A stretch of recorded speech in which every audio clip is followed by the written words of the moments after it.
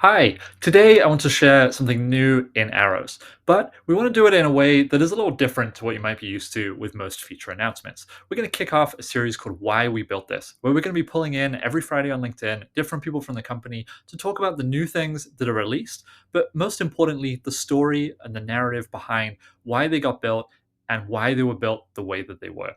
So today we're going to talk about sequential phases. So this is new in Arrows, and let me show you how it works. So we're in a deal in HubSpot, but if I open up the associated customer facing arrows plan, you'll see that we have a number of phases that we're going to work through with this customer.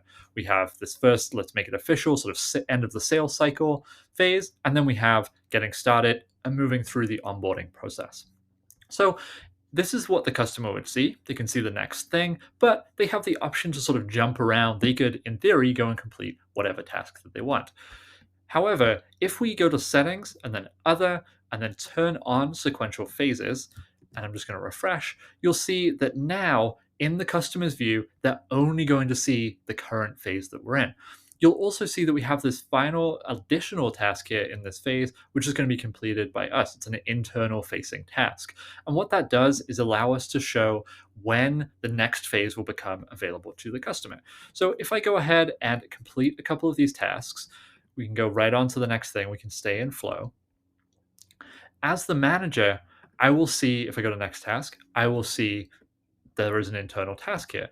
However, if I go back and look at what the customer is going to see, they're still only going to see that the tasks assigned to them are complete, but there is nothing else to complete at this point. If I go to the manager view, I can see there is an additional task that I need to complete, and I can see the phases that will be opened up when I do so.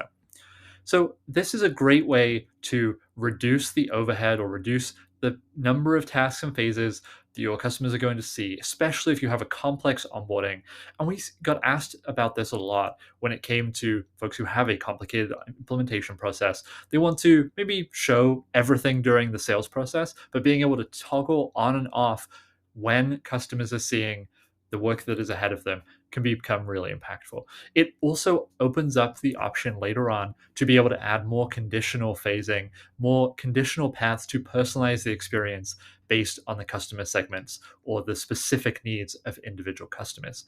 So that is how sequential phasing works. As I mentioned, this will be an ongoing series where we'll bring in multiple voices from the company.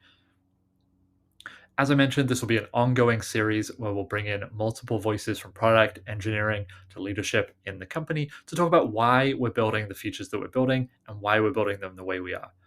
Ultimately, this all comes down to how, if you enjoyed this, let me know in the comments below. Let me know what you think of this format and of this premise, but would love to hear what you think of. Until next time, thanks.